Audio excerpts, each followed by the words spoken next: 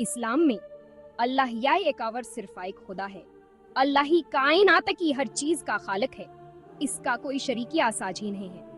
مسلمانوں کا ماننا ہے کہ اللہ ابدی ہے اور ہمیشہ سے ہے، وہ پیدا نہیں ہوا اور نہیں کبھی مرے گا۔ اللہ سب سے زیادہ طاقتور اور سبق جاننے والا ہے، وہ کائنات میں ہونے والی ہر چیز کو دیکھتا اور سنتا ہے۔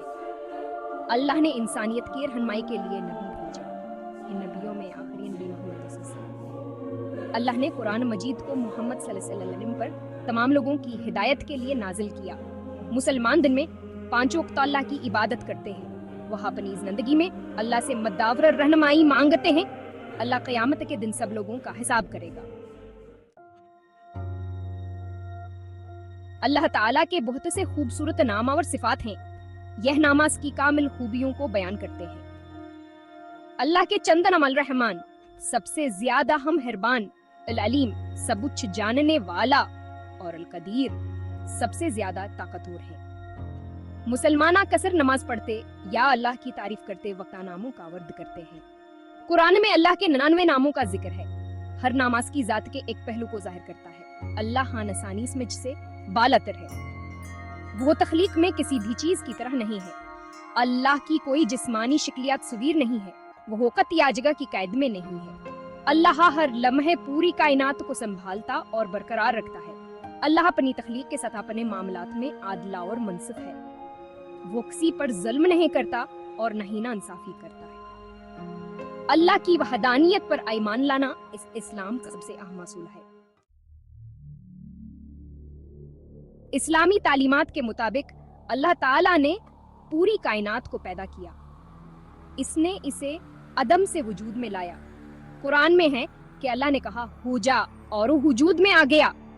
یہ اللہ تعالیٰ کی قدرت کو ظاہر کرتا ہے کہ وہ جو چاہے پیدا کر سکتا ہے۔ کائنات کی تخلیق کوئی اتفاقی واقعہ نہیں تھا، یہ اللہ تعالیٰ کا 150 مجہ عمل تھا جس کے پیچھے مقصد اور حکمت ہی۔ قرآن میں ذکر ہے اللہ تعالیٰ نے آسمانوں اور زمین کو 6 دنوں میں پیدا کیا۔ یہ 6 دن لازمی طور پر 24 گھنٹے والے 6 دن نہیں ہیں۔ اللہ تعالیٰ ہر چیز کو فوری طور پر پیدا کر سکتا، لیکن آس نے بتدریج تخلیق کرنے کا انتخاب کیا۔ یہاں انسانوں کو اللہ کے منصوبوں میں صبر اور حکمت کے بارے میں سکھاتا ہے۔ قرآن انسانوں کو کائنات کا مشاہدہ کرنے اور اس کے عجائب پر غور کرنے کی ترغیب دیتا ہے۔ اس مشاہدے سے لوگوں کو اللہ کی قدرت اور حکمت کو پہچاننا چاہیے۔ مسلمانوں کا ماننا ہے کہ اللہ تعالیٰ اپنی تخلیق کے ساتھ مسلسل جڑا ہوا ہے، اس کی مرضی اور علم کے بغیر کچھ نہیں ہوتا۔ کائنات کی تخلیق کے بعد اللہ تعالیٰ نے زمین کو بنایا۔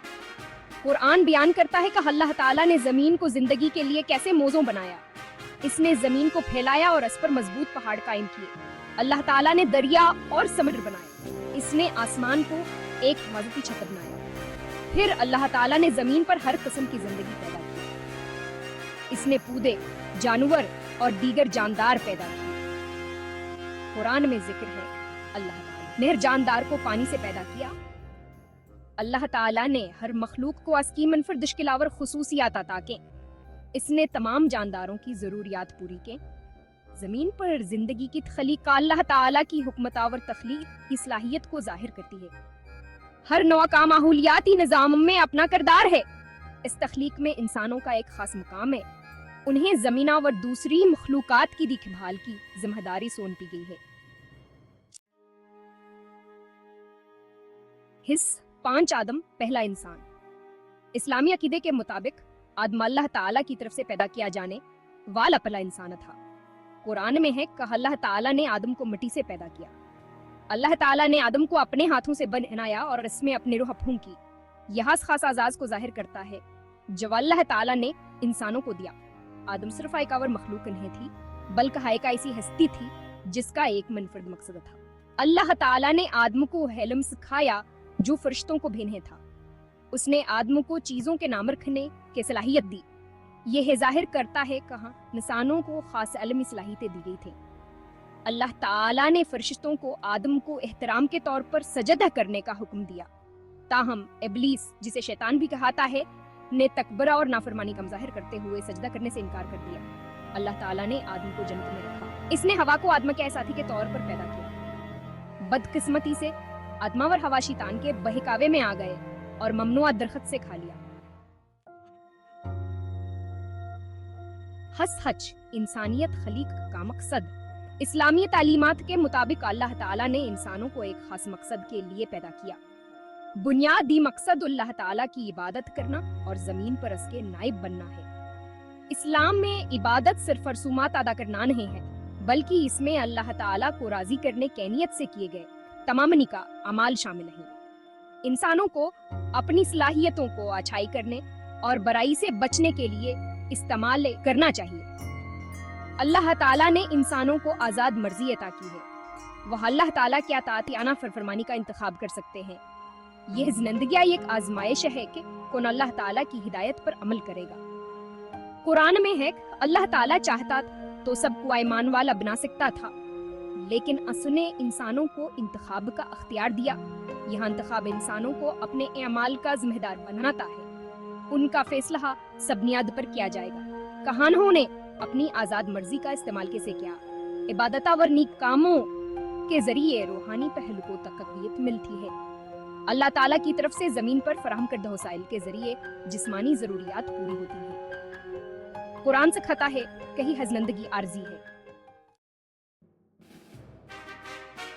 حساسات اسلام کا آغاز۔ اسلام کا آغاز پہلے انسانوں آدم اور حوا سے ہوا۔ وہ سب سے پہلے تھے جنہوں نے اللہ تعالیٰ کی ہدایت حاصل کی اور اس کی عبادت کی۔ آدم کے بعد تمام نبیوں بشمول نوح، ابراہیم، موسیٰ علیہ السلام نے اسلام کے ایک ہے بنیادی پیغام کی تبلیغ کی۔ یہ پیغامہ ایک خدا کی عبادت کرنا اور نیک زندگی گزارنا تھا۔ اسلام اپنی مکمل شکل میں حضرت محمد صلی اللہ علیہ وسلم کے ذریعے نازل ہوا۔ لفظ اسلام کا مطلب اللہ تعالیٰ کی مرضی کے سامنے سر تسلیم خم کرنا ہے۔ اس کا مطلب امن بھی ہے۔ یہ معنی مذہب کی روح کو ظاہر کرتے ہیں۔ مسلمان آس زندگی اور آخرت میں سکون پانے کے لیے اللہ تعالیٰ کے احکامات کے سامنے سر تسلیم خم کرتے ہیں۔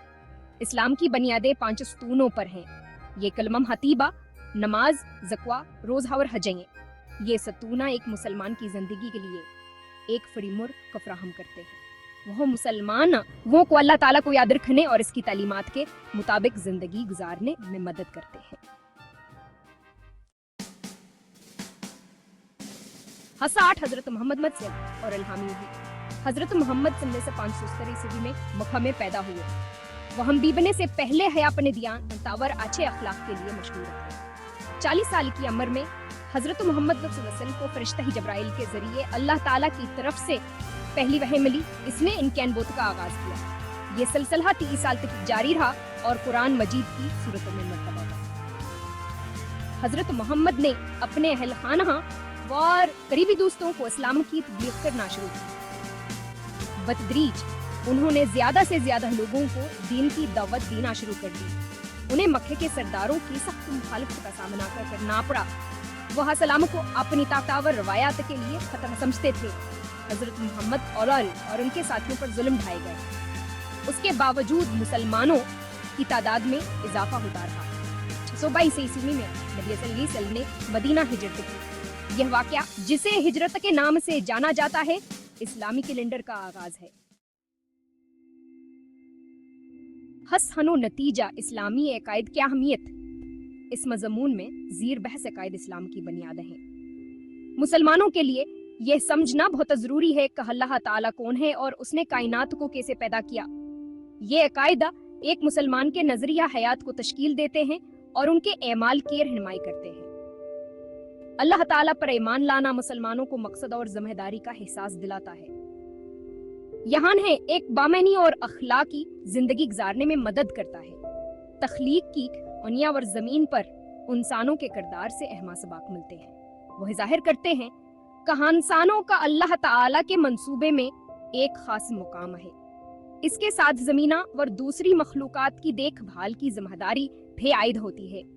آدم علیہ السلام کی زندگی اللہ تعالیٰ کے اطاعت اور نافرمانی کے نتائج کے بارے میں سکھاتی ہے۔ یہ تو بہ قبول کرنے میں اللہ تعالیٰ کی رحمت کو بھی ظاہر کرتی ہے۔ اسلام کی تعلیمات زندگی کے ہر پہلو کے لیے رہنمائی فراہم کرتی ہیں۔ ان تعلیمات پر عمل کرنے سے ایک منصفانہ اور رحمت معاشرہ بنانے میں مدد ملتی ہے۔